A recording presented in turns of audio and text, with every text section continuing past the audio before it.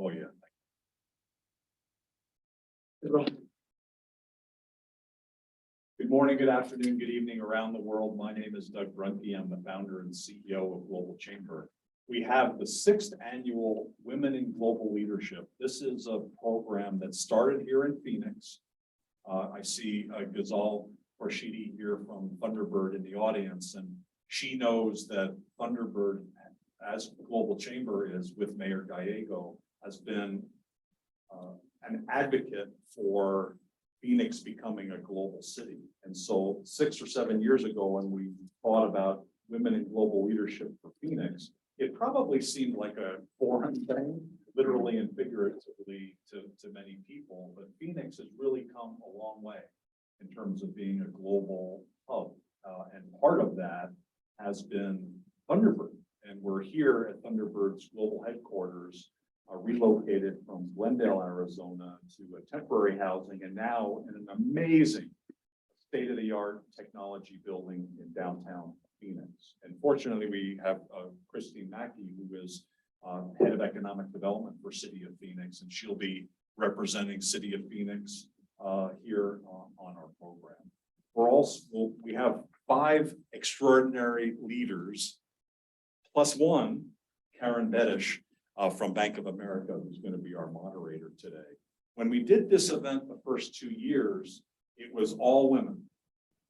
And in fact, the first two years was all women. And we got all men to the audience, or I'm sorry, we got all women to the audience. And in fact, somebody, a man, an email and said, hey, I'd like to come. Is it okay? It's like, yes, you can. And in fact, by the 3rd year, we said we really do want to have men part of this, because if we're going to really make progress as a community, as a business community or whatever community, we need all genders to participate. And so the 3rd year, we did include men, and we had first couple years, we had about 100 people. The 3rd year, we had about 100 people, but it was about 60-40 women to men. The first 2 years were 95-5 women to men. So the ratio was pretty skewed toward women when we had all women on the panel. Fortunately, now we always identify one brave, extraordinary man. And this year we have that brave, extraordinary man to be Tony Banegas, who is the honorary consul Emeritus for Honduras. And you'll hear that he's had just amazing career, largely in nonprofit, Arizona Foundation for almost 10 years. And one of his experiences has been with 131 women in the organization. And how many men were there at the time? One. Just one. So he's had all sorts of extraordinary experiences. And so when we were thinking about a man who's had an impact in leadership and worked with many women and supported many women, I actually thought of Tony. Part of that, Tony, was someone that you and I know very well, Tina Swice, who I've seen you support, and also the Ecuador Consul General, who I've seen you support, without any show. You just were clearly a man who supported women in your work. And so I wanted somebody with that kind of credential, and of course with your gravitas as well. So thank you very much for being here. Christine MacKay has been leading economic development for City of Phoenix since 2014. And in fact, she started in that leadership role right at the time Global Chamber was forming. So we actually did a City Hall event in November of 2014. And I think you started in October or something. It was very close. And you've been just an extraordinary leader through an amazing time for City of Phoenix. We couldn't have come up with Phoenix Global Rising without all of the foreign direct investment, without so much activity for supporting companies to export and become a lot more successful. When you started, Phoenix was a little bit of nowhere in terms of global, and now it's very global. So thank you so much for all that you've done for the city. Tremendous.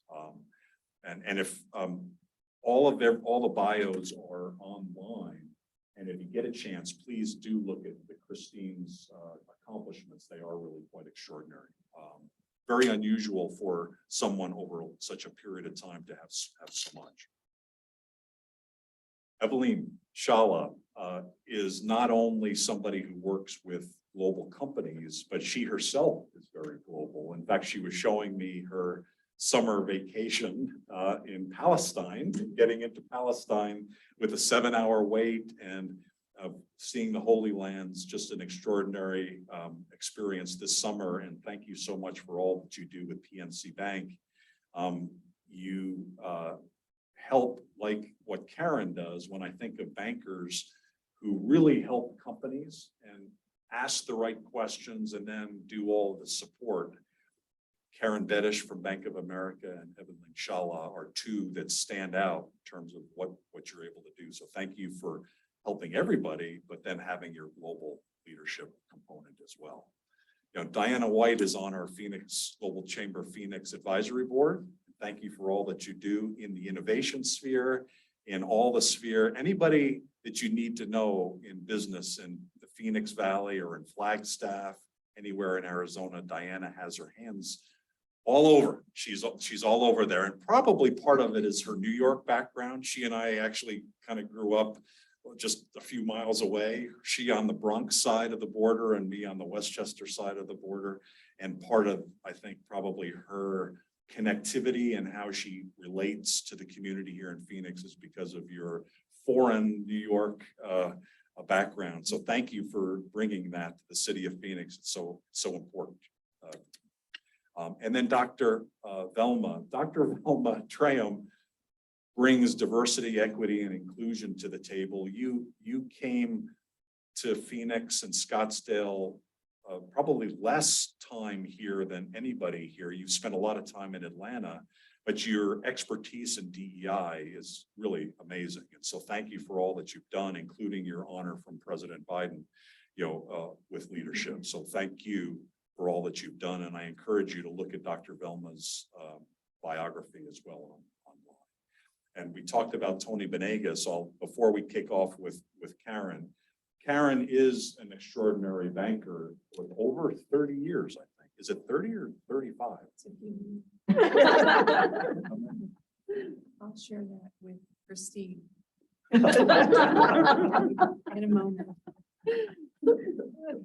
Bank of America, there have been some really extraordinary leaders in Bank of America here in Phoenix. One of them is Norm Butler, and another is Karen.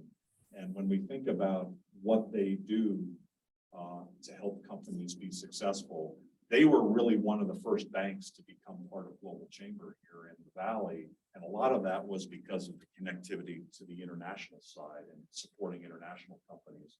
So thank you for the bank, and thank you for being as an extraordinary leader as you are. And I'm now going to turn it over to you. Karen has some questions.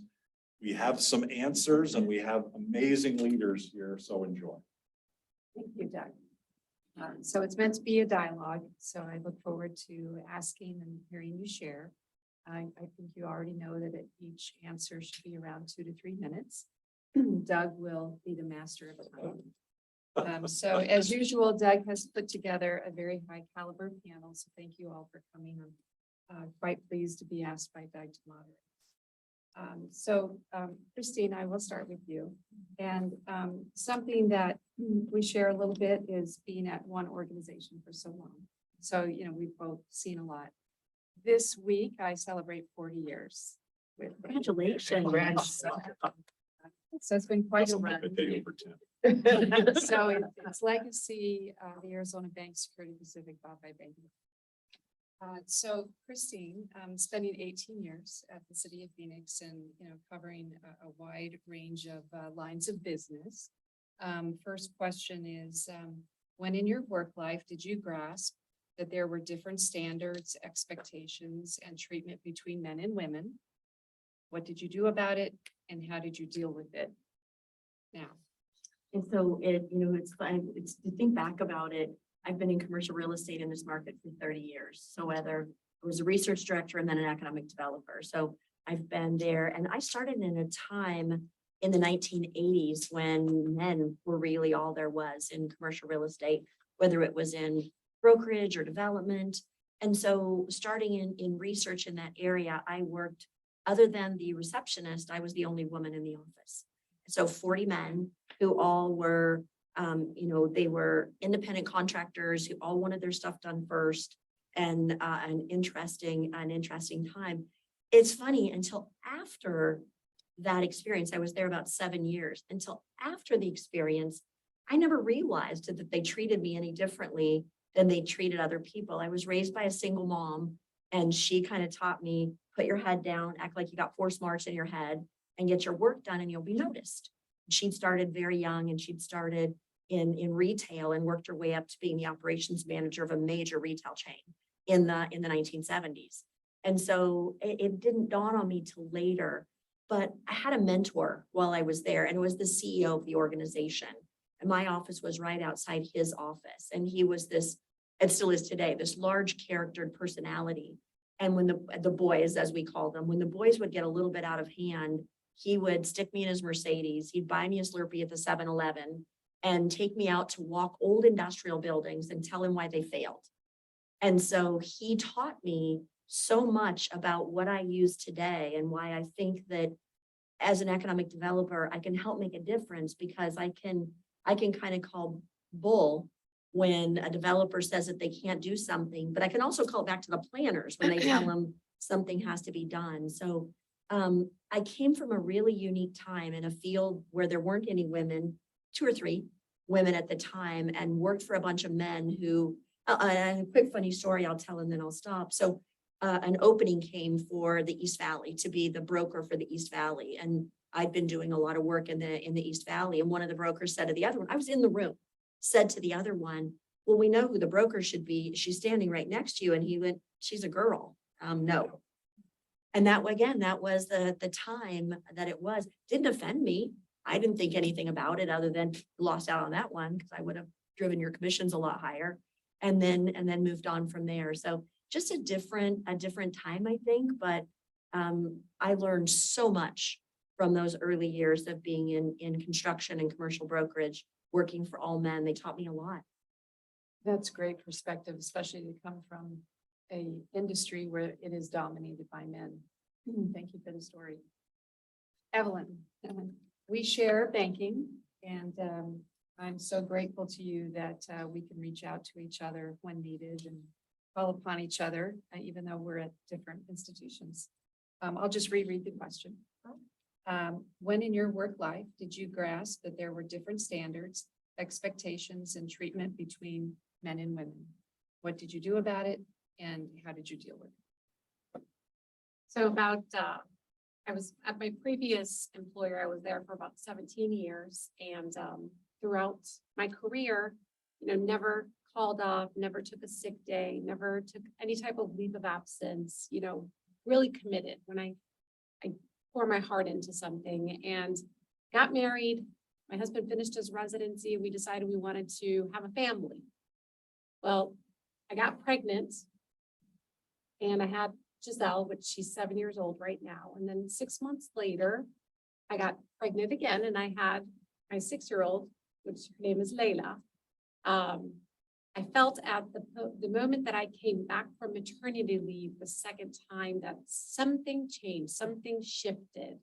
I felt like there was some type of change with my employer, and just didn't feel like the right environment to be. So after I had Layla, I decided to take some time off because I didn't want to continue being in a challenging environment.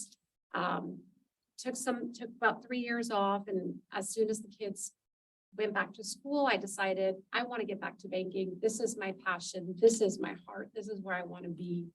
So I came back to my current employee, and I cannot tell you, I mean, it's like a breath of fresh air.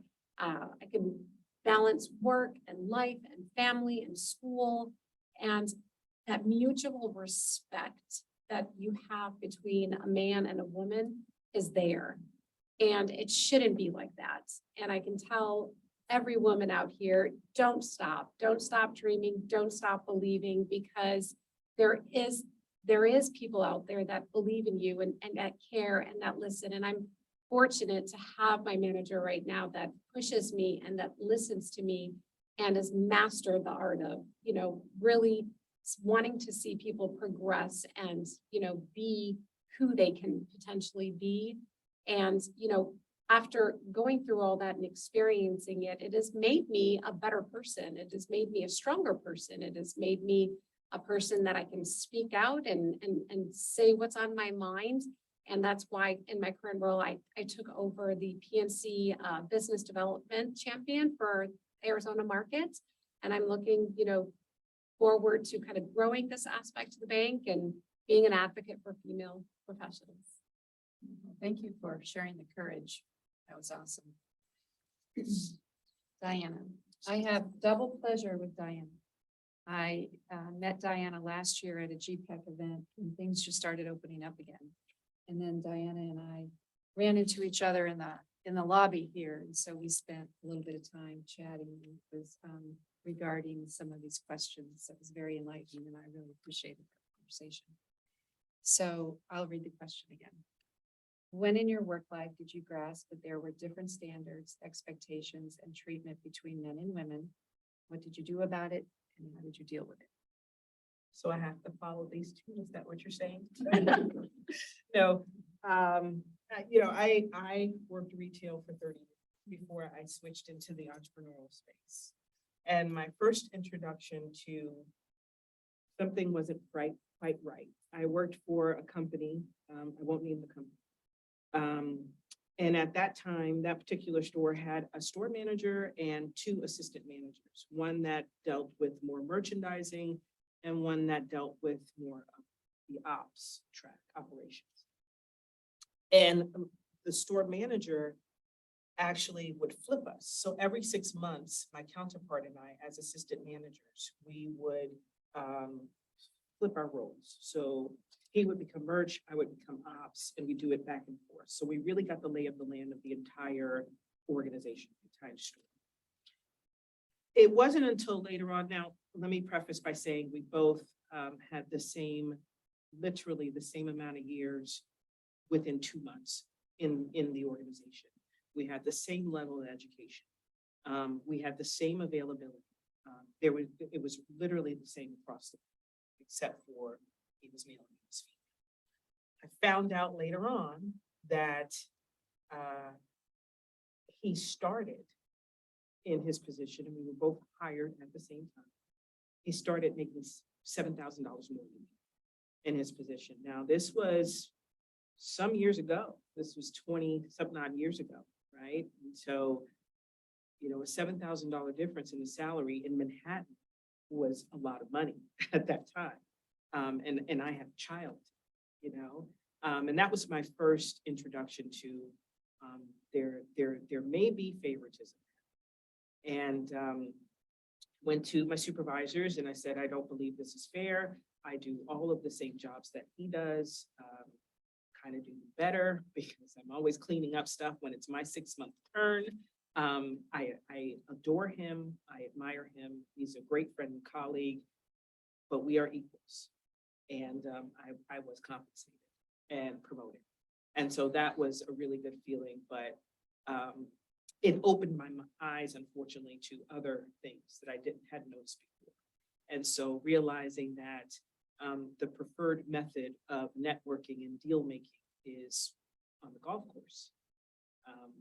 I'm not a golfer, and not one man has ever asked me to do any networking or deal making shopping for Prada purses. So that, and I'm not saying all women want to do that, but for me, it was an eye opener to start seeing all of the little things that I hadn't noticed before. Restaurants that are cigar shops that, appeal to a male as opposed to, most females would be like, that's a little bit too smelly, a little bit overwhelming, too much rich red leather. Can't we go somewhere light and airy? But that's not where you go if the deals are. So I started to see a lot of just male-dominated microorganisms and aggressions happening. And being a little brown girl from the Bronx and figuring out how do I deal in this world? How do I talk to people in this world? Was frustrating. at first, until I realized, well, just be you. Just be you, and if it's meant to be, it's meant to be. One thing I know for sure, even in a male-dominated society, most often, if you have the skills and you're coming with a good deal, you will be heard. And once you have the opportunity to speak well, speak fast. And then there you go. So that was my experience.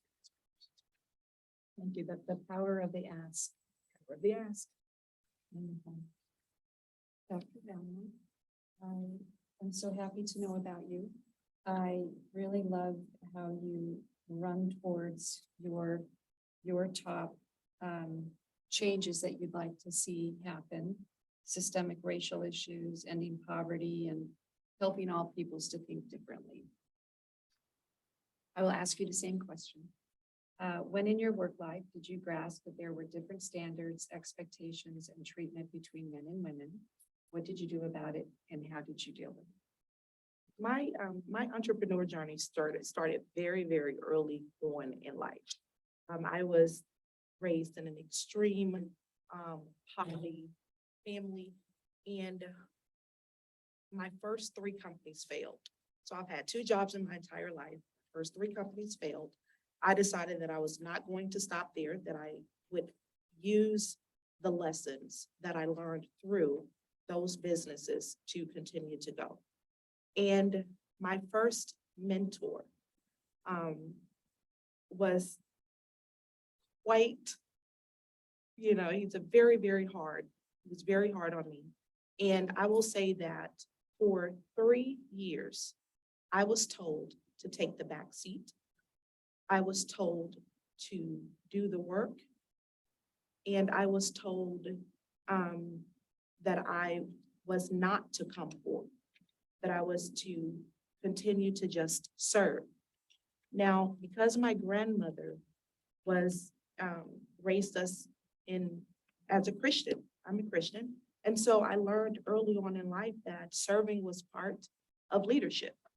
And so when that was presented to me, when that mentor presented that to me, I thought that was the way things were supposed to have gone. So I continued to go through the journey with that mentor. And I was then introduced to a CEO of a global company that took me on as a mentee. And from that experience, I learned that that was not the way it was supposed to have been done. But for me, I continued to serve. I think serving is very important. A lot of times, as a leader, we don't serve. And I think there's a fine line between serving and getting taken advantage of. And so in that, there were 2 things that I did to change the trajectory of how I felt I was treated. The first thing I did, I actually collaborated with male counterparts to actually push things forward. And I served, and I led with inspiration and hope.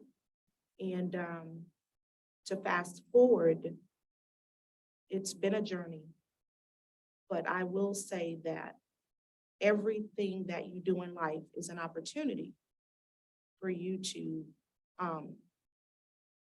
grow through it, not just go through it, but grow through it. Thank you. You have a spirit that cannot be denied.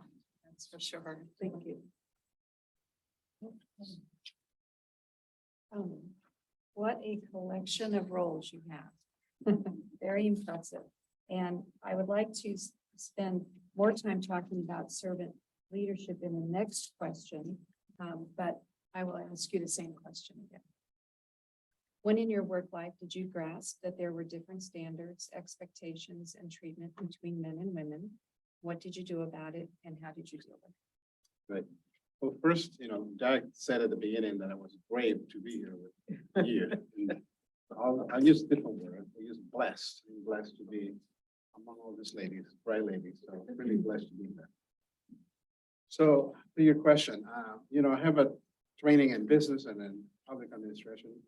But right after graduate school, I ended up working for one of the largest nonprofit in Phoenix, Arizona's Children's Association. I kept moving up, and then at one point I had an office in Avondale, two offices in Phoenix, Central Phoenix, one in Surprise. And then at one point I had over 120 employees. I had only one male, a psychiatrist. It wasn't male. The rest were all female. Social workers, psychologists, parent teachers, and we used to teach a lot of life skills and parenting skills to children and families throughout the West area. So as part of my compliance, I had to do a weekly supervision, they call it, with each and every one of my staff. So I spend at least 1 hour going over the caseload, they were working with. And I remember hearing all the time when I met with them, work through the caseload, but stories about, I had to take my kid to the doctor, or I have to do this, I had to buy new shoes for my daughter, I need to do all the stuff with the children before or after work. And so it was like one of those aha moments for me, because I've heard that every week, all the ladies that I met with, these are bright ladies, psychologists and professionals. But it was made clear to me that, and these were not all single women, they were all married, they had partners. But it was made clear to me that time, and I'll never forget, that despite everything that I'm asking them to do, work with the parent, work with the community, and do all this stuff, they have all this stuff they need to do at home. That's the primary responsibility for them, to take care of the children. And, I'm from Honduras. We're accused of being a machist society, and we probably are, but I said, that's not right, because that was prevalent. Every time I met with folks, I was thinking about their work, but also, oh yeah, by the way, I have to do this. So it made me very aware, of course, that yes, women, besides everything else they do way more than we men do. So for me, I was also a young father at that time, 2 daughters, and it just pushed me to be more active with my wife at that time, and I was very active. My wife was working for a county, was more strict.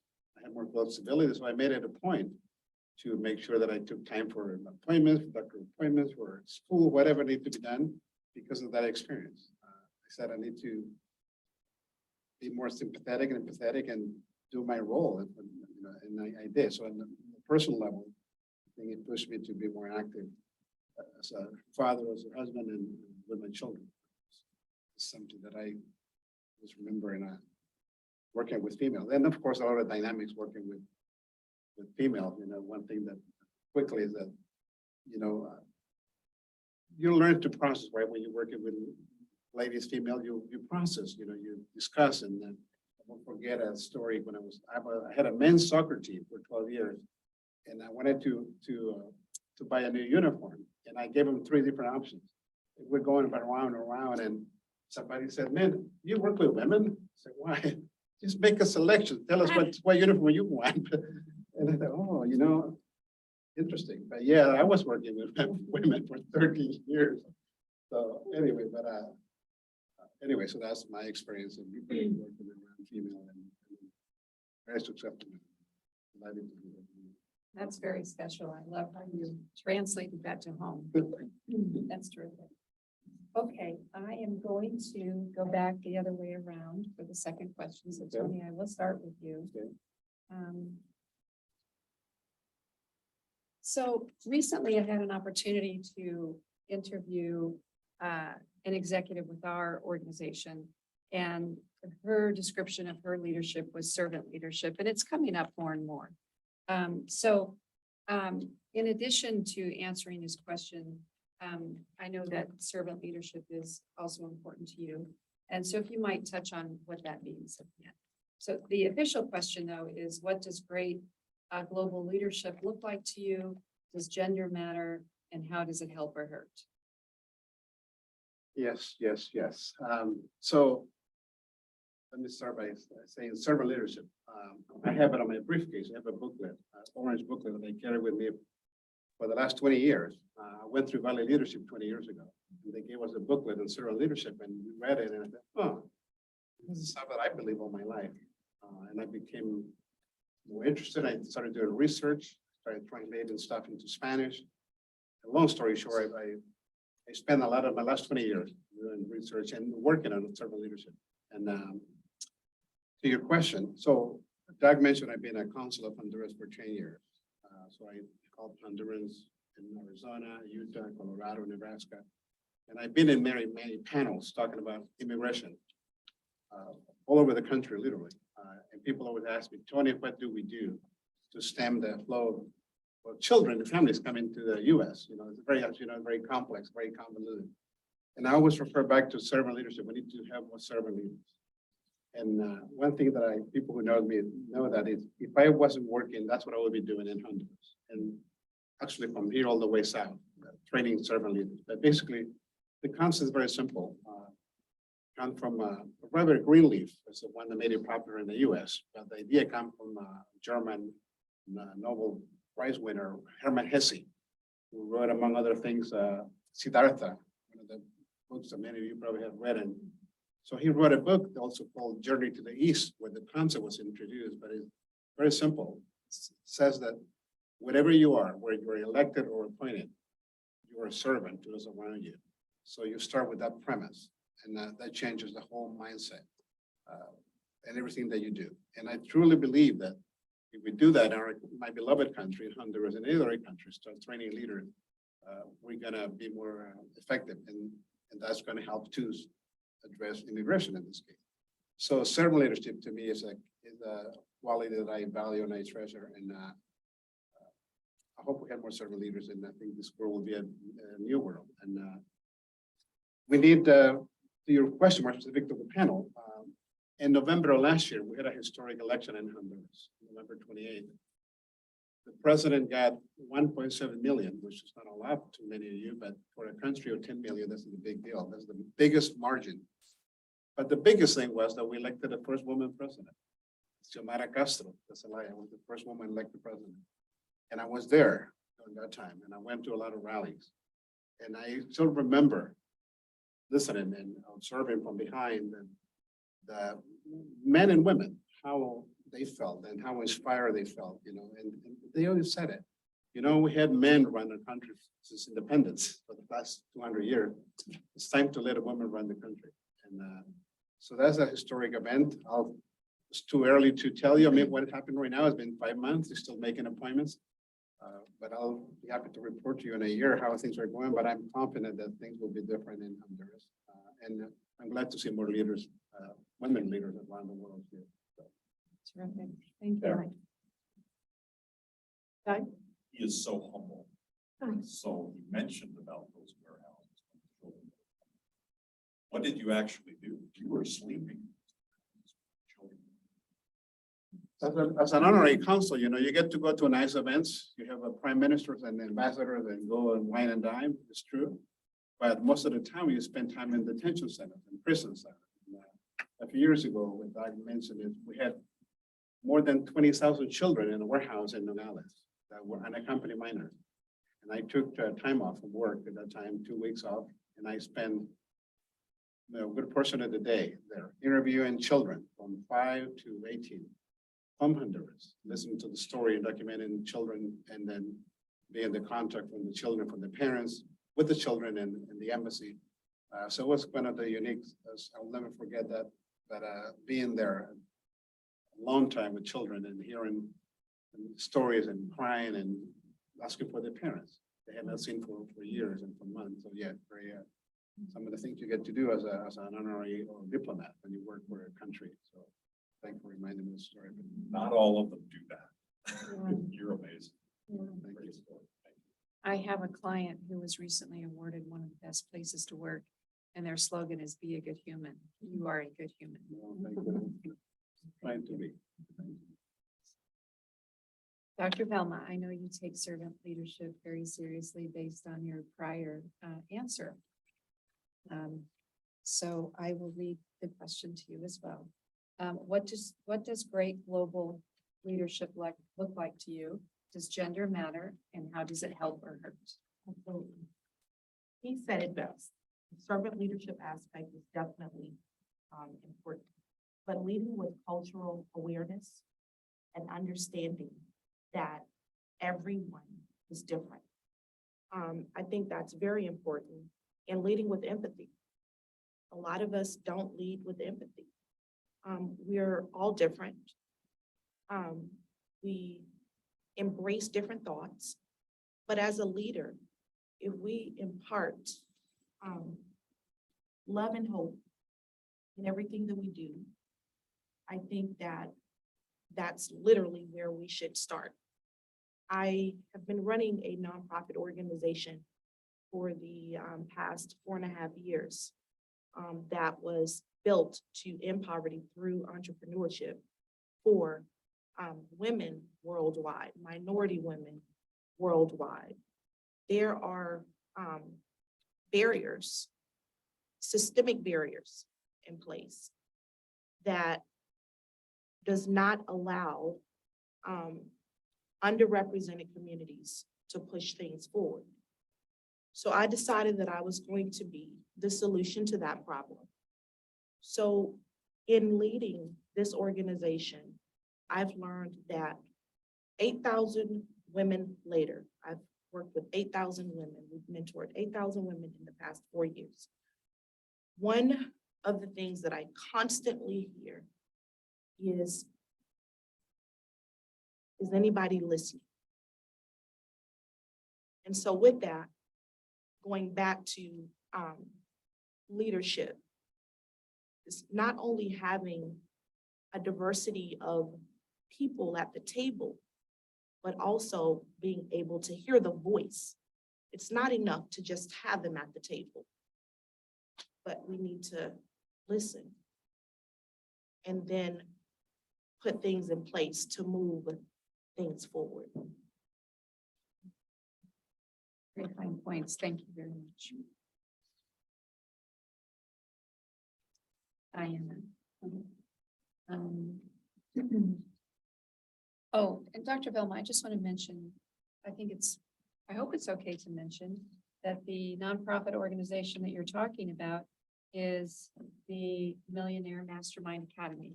That is correct. Very nice. Okay, Diana. I did want to mention about Diana. She's very passionate about leadership. And she organizes these 10 lessons interviews. And one of her lessons was to be prepared to walk away and to be prepared that no one will stop you to walk away. Diana, I'm going to ask you the second question. What does great global leadership look like to you? Does gender matter? And how does it help or hurt? So I'm not comping out, but I don't think that I could have gathered this information better. One of the people that I admire for their business leadership, their servant leadership, and their passion for entrepreneurship is Richard Branson. A lot of people look at him and they don't say he's an entrepreneur, but if you look at his serial entrepreneurship, he's an entrepreneur at heart. And he just wrote an article, and he answers questions from people that admire him. And the question was, how do you forge deeper partnerships and collaborations? And I really think that's what global leadership in general is all about. I come from a servant leadership background as well. And you get the best results from your team, managing up and managing down when it's a collaborative effort, right? And I loved his points, so I'll read them out really quickly. And I do not think that these points are in any way giving any gender a leg up. But when I read the points, you'll realize that many of these attributes, I think in a sense, come naturally to women because we are nurturers at heart. So the first one was connect with people who have different strengths and skills. Next one is stay open to different ideas, opinions, and views on life. And the last one is break down hierarchies, build relationships based on equality. And I think that any leader from a micro scale, from a large corporate scale to a global scale, these are the kinds of traits that you want to bring to the table as a leader because they help you see everything and make the best possible decision. You're never, no matter what you do, you're never going to make the absolute best decision. But you can make the best possible decision with everyone in mind if you bring some of these tenets to the table. And so that's what I wanted to share. Thank you, Doug, for letting us use cheat sheets. I would not have remembered all of that. But I truly think that's what it is. And you know, growing up in leadership, before I found my own cadence, I mimicked so many different leadership styles, right?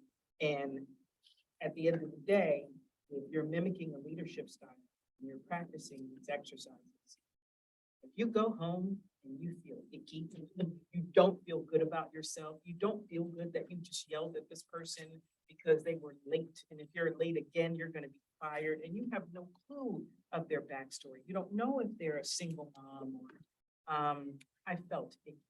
When I started to collaborate, when I started to give them options, hey, 7 o'clock in the morning doesn't seem to work for you. What can we do to make this right? How can we manage this together? And once you sign in on this, once you quote unquote drink the Kool-Aid, now it's up to you. You need to stick to this. If you don't, we'll have to have a conversation. I could sleep in when I did that because they own me. And I rarely, very rarely have problems when I say, hey, I'm seeing this pattern. Tell me how you're going to fix it. I rarely see people slide that. They take ownership. Yep. Terrific. Thank you for sharing that you actually experimented and grew from that and made your own mistakes. I said that Diane takes leadership, that she's very passionate about leadership. And even in her personal life, recently being at an airport and exercising a lot of self-control, which actually I think comes pretty easily to her. And she benefited greatly from that. So, and that was some travel. And Evelyn, you have recently traveled. I myself consider myself pretty well traveled, and I think it makes you very adaptable. And you and I share working for a fairly male-dominated industry. So with that in mind, question number 2, what does great global leadership look like to you? Does gender matter, and how does it help or hurt? I'll piggyback a little bit on my favorite quote, and it says, you know, if serving is below you, then leadership is above you.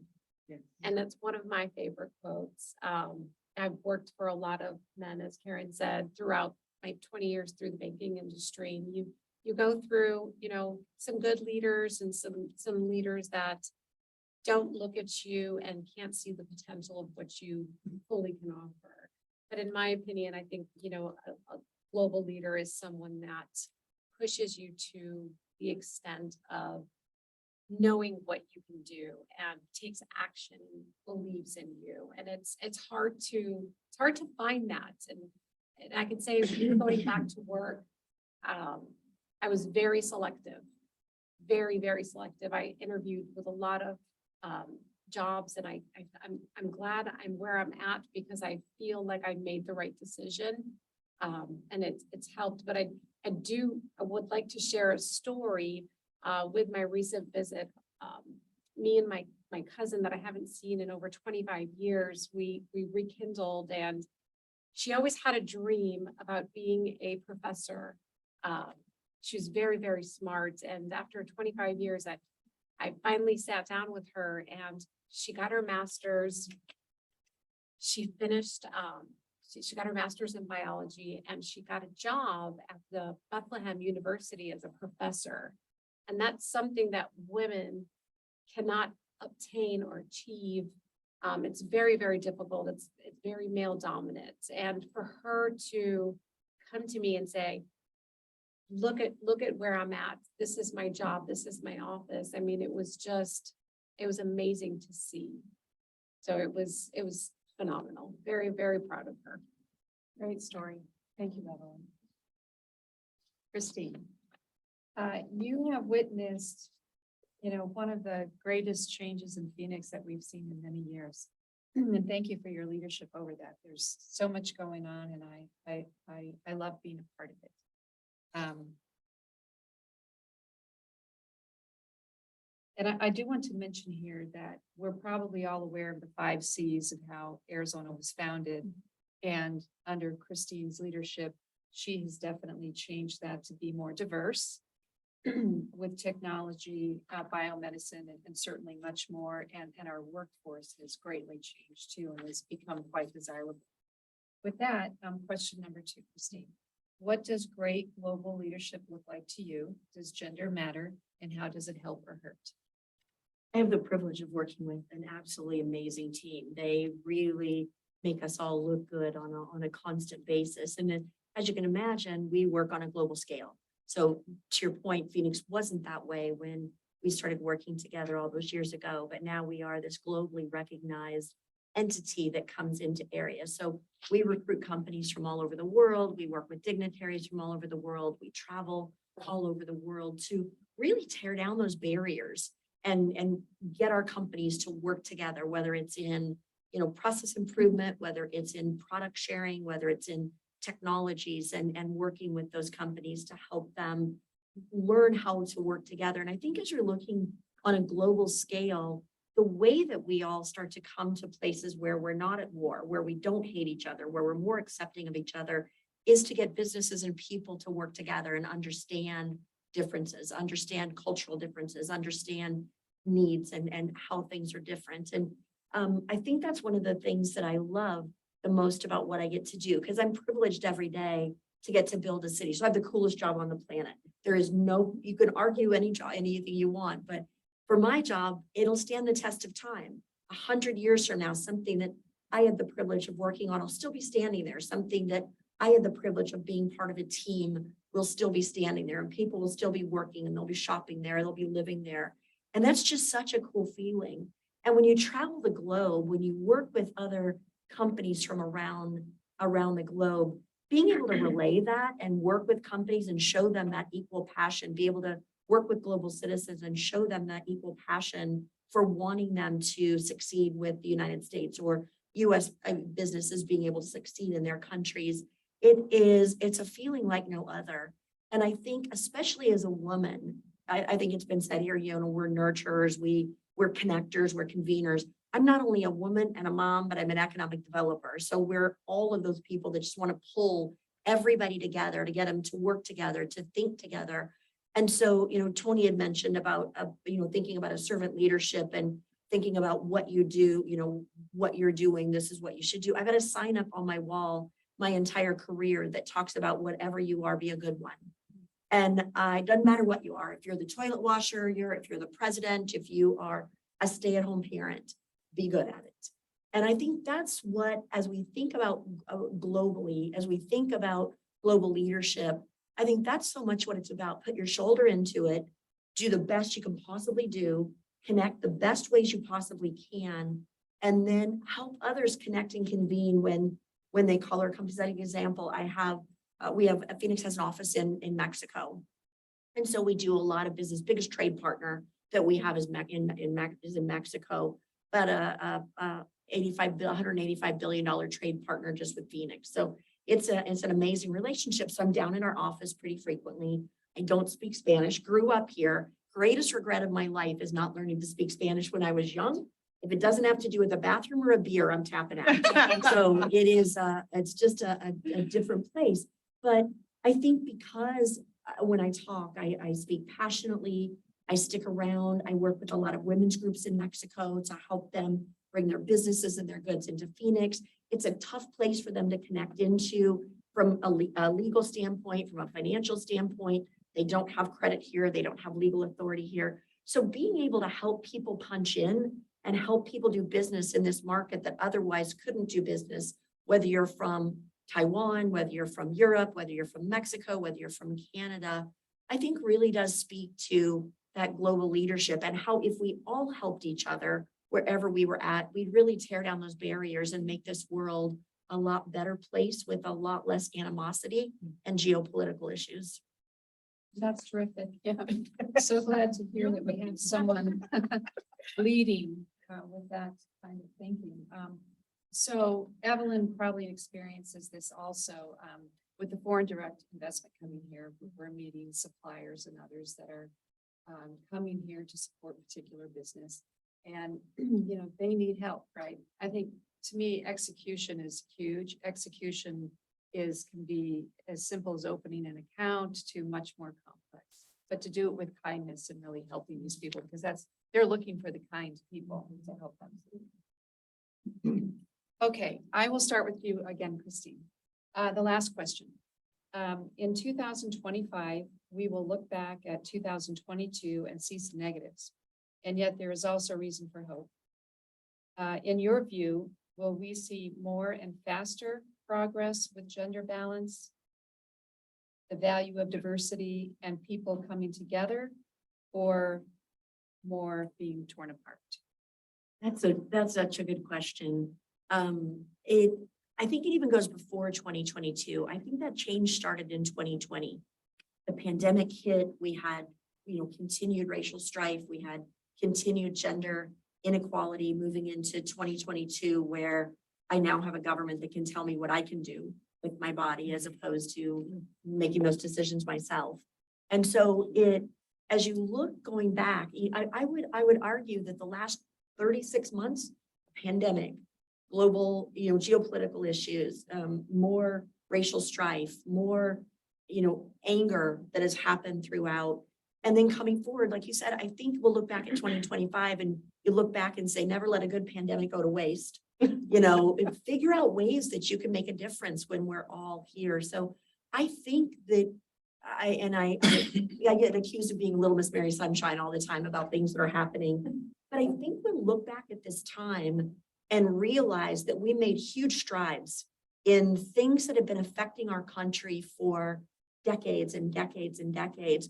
I think for the first time, at least my generation woke up and went, holy buckets, what the devil is going on around us? And this is just crazy. And I don't think we're going to take it anymore. I think that you're going to see people of my age stand, I think that have stood up during this time and say, yeah, not anymore. We're not doing this anymore. This is a time about diversity, about equity, about whether it's women's diversity, veterans diversity, people of color, people experiencing homelessness, whatever that diversity is, that we stand up. And I think, as much as I hate to say we're going to look back fondly on a pandemic, I think we're going to look back fondly and realize that it was one of those things that forced us all to come together to survive. And the differences that were made during this time will be the true starting point for true diversity and equity in our country. Thank you for your view. Evelyn, I will ask you the same final question. In 2025, we'll look back at 2022, 2020 and see some negatives. And yet there is also reason for hope. In your view, will we see more and faster progress with gender balance and understanding the value of diversity? Or will we be more torn apart? I look back at 2022, and to be honest, I count my blessings. I know COVID has been a struggle and it's been extremely difficult on everyone, but it's also, as Chris said, it's brought us together. I never imagined that I could pick up my little ones from school and hear about, their day and their stories and see their art pictures and kind of look at everything that they've done. I never imagined I would be able to do that. And it's been a blessing that I can do that and spend that quality time with them. And then also have a successful year. I think the past 2 years in my career have been probably one of the 2 best years of my life. And that's because I feel like I have control of it. I can balance the school, I can balance work, I can balance the kids and get it all done. During PPP, we worked, sometimes till 2, 3 in the morning, as you probably did the same thing, Karen, answering business phone calls at 3 in the morning. Where's my money? Where's my money?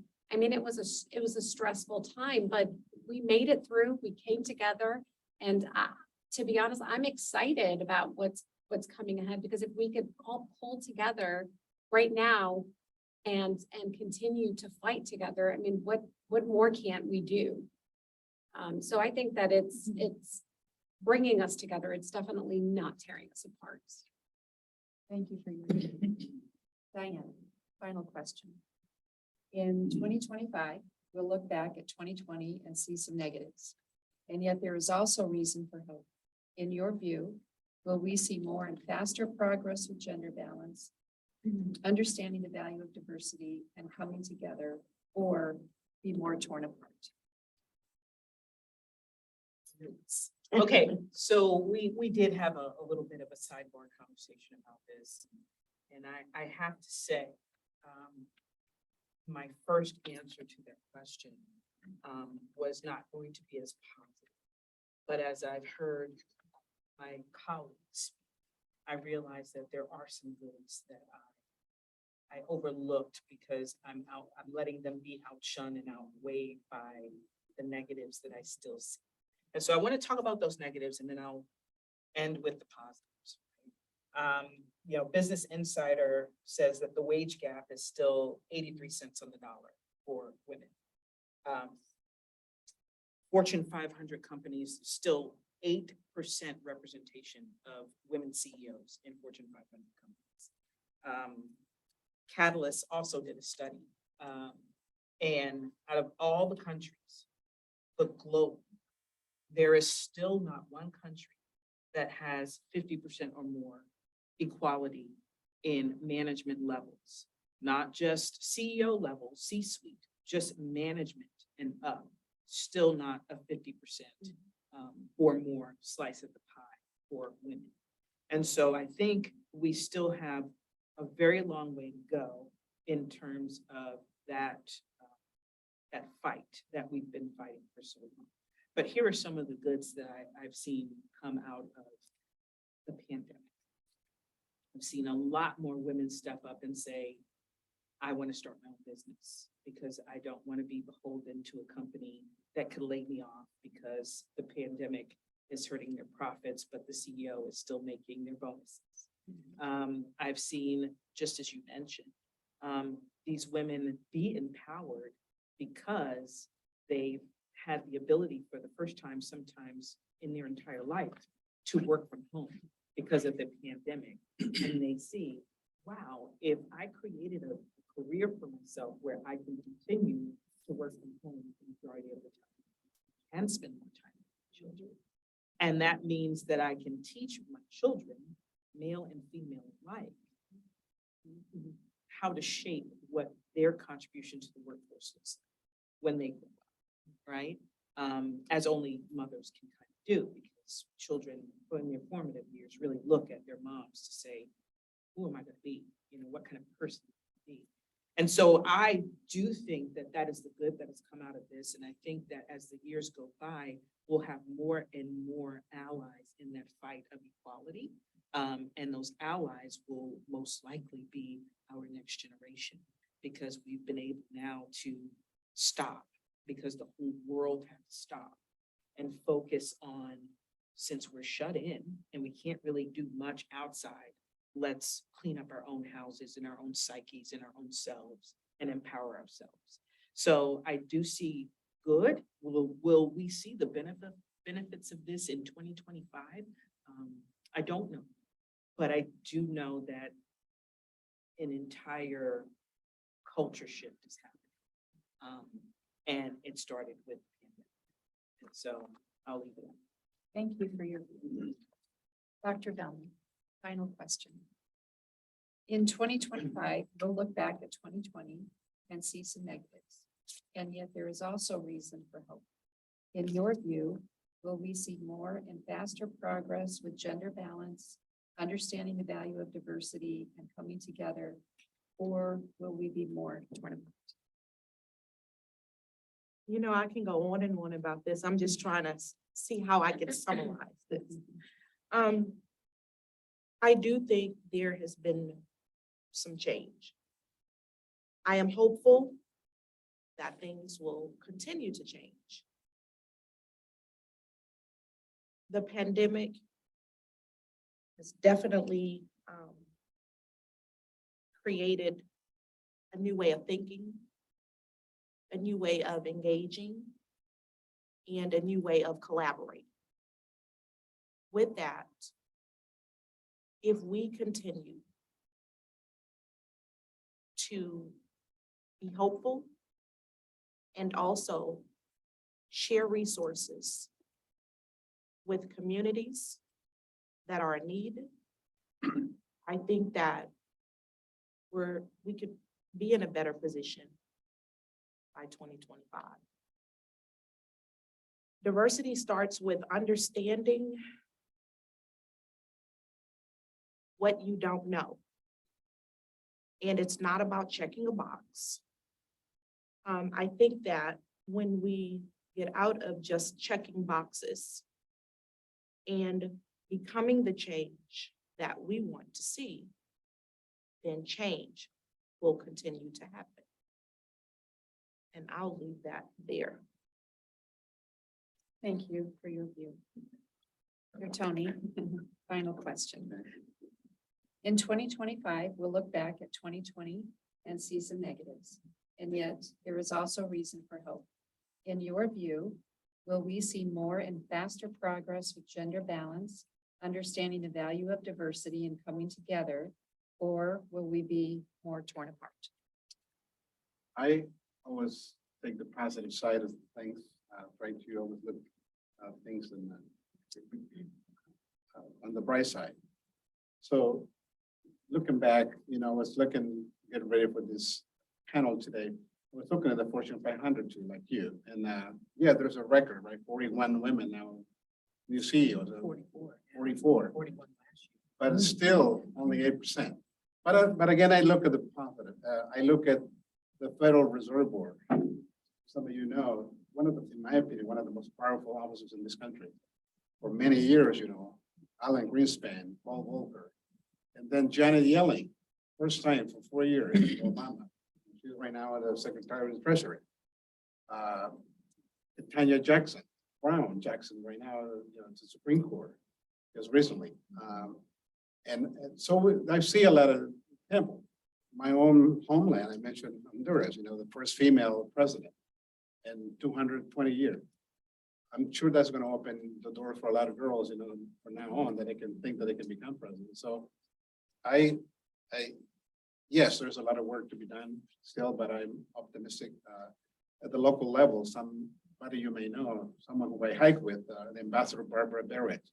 She was the Secretary of the Air Force. I think she was the first female to be appointed Secretary of the Air Force. So at the local level, right here in Phoenix, we have a lot of examples where there's more. I think we're making progress. That not as fast as I'd like to see it, but we are making progress, and I take that, and I'm glad that we're talking at different forums about equity and inclusion. It's come to the forefront. Seems like for the last few years, which I'm glad to see that. And you see a lot of nonprofits and for-profit companies. Now they have even on a website, they have a section now that you didn't see that before, right? They have a whole section on inclusion and equity, and so all the things help to bring it to the forefront and to have the conversation, to be honest. But so I take that side that yes, there'll be more to celebrate, even though we made some gains, but I think we'll be making more. And people like us and ladies in the room and people who are out there watching this, making a difference to make it sure that we have more things to celebrate in the years ahead. Thank you for your view. I think each one of you are marvelous, and I'm so lucky to have spent time with you. Thank you for coming, and you didn't have a choice in the moderator, so You're an amazing you were moderator. a great job. Thank you for the pleasant time, and turn it back to Doug.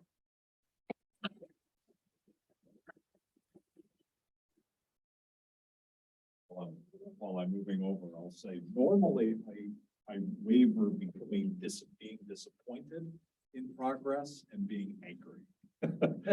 But today has been inspiring, and that was really the purpose of today, is to hear different perspectives and ideas and thoughts that move us faster.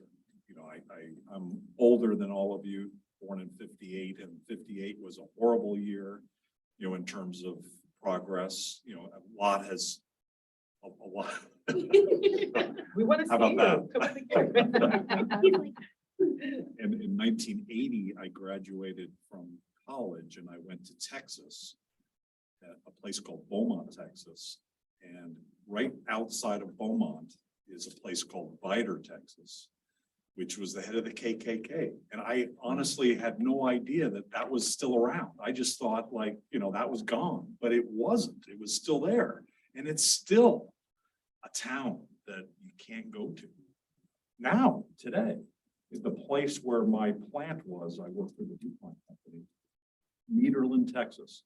18,000 people, not a single non-white person, bordering Beaumont, Texas, where Lamar University is an African-American school, you know, largely. But redlining, which I didn't know, redlining, you know, that's not something we got taught in school, you know, but it existed. And to some extent, it still exists today. So that's why I, you know, I normally go between disappointment and frustration and anger. I'm less angry now, but I am motivated and inspired by creating opportunities of amazing people like all of you to talk about your experiences and then give us hope. The conversations that you were having about what COVID has done. A lot of negative. Many people died through all of that, but it did accelerate. It accelerated global business in the sense we can now do global business virtually, which is cool. Export League, which we did here in Phoenix for the first time, we allowed companies to connect up with contacts around the world and build business virtually. Like that couldn't have been done, you know, 20 years ago, or at least people thought it couldn't be done. To allow what you talked about, Evelyn, in terms of being able to see your children a lot more and to actually be trusted to have work at home and at work, you know, which almost never was allowed before, right? And now it's allowed more, and people are being trusted, and that is a bridge to a better future. So I agree with you that 2025 is a little early for a lot of that to happen. You were very diplomatic with that in terms of the answer. And I'm sure that you alternate sometimes into the anger mode as well of the lack of progress. 5 minutes before I came in. But we need to channel that anger in a productive way. And when we even look through the election from last night, there's like all sorts of nonsense going on. And I don't, you know, you alluded to nonsense. There's nonsense going on. And I think a lot of that is wanting to keep stuff like Vidor, you know, or redlining, or afraid of whatever. You know, we have to remember you talked about what does it mean to be global and a global leader. A lot of it is just walking into circumstances and not judging by gender, by color of skin, by clothes, by circumstance, just going with it, just accepting it, that we're all part of a human family, you know, and that was a lot of what I've enjoyed about being global. When I was thrown into the global world, I was like, this is amazing. Like, oh my God, like all these people are different and extraordinary, and the food and the culture and all of that is extraordinary. We need to have more people appreciate the world that way. If we could only send people to the vegetable warehouses in Nogales to be able to have enough empathy to talk to children and to understand the experiences that they have had, you know, in their country. What you did, Tony, was unbelievable. I actually kind of forgot about it until you then kind of brought it up, and then it would have just passed. But that's an extraordinary thing that you did. And it would be great if more people appreciated and understood what people are going through, not just in our own country, but in other countries. It would bring us together. And that was kind of a lot of the question that you talked about is, are we coming together or are we going apart? And it probably depends on where you look, on what day. In a macro scale, we're coming together, not fast enough. So thank you for bringing us on this journey. Do you have any last comments that you'd like to make? Not really, other than just really repeating myself. I mean, I feel very lucky to have met each of you in this format and learned from you, and it's been a great experience for me. Thank you. You're amazing, Karen. Thank you so much for bringing me on this journey, and thank all of you for your time. Thank you. we'll end the conference. Thank you, everybody around the world for joining us today, and see you next year.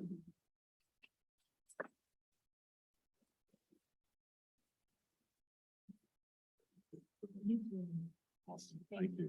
Thank you. You're amazing. This is great. Fantastic. Mr. Servant Leader. Sorry, we went over a little. Oh, for those of you that are here, we do have a tour of Thunderbird. And where's Katie? Katie, would you like to explain? I would love to. Thank you, Doug. Hi, everyone. My name is Katie Alderson. I am the executive graduate recruiter here at Thunderbird. I work with all of our incoming executive master's students. Somebody yesterday. So since you all are here and we do have some time available, I would love to show you around the building. So if you would like to take a quick bathroom break, please feel free, and we will leave from this room in about 3 to 5 minutes. Everyone says goodbye soon. Goodbye, Zoom.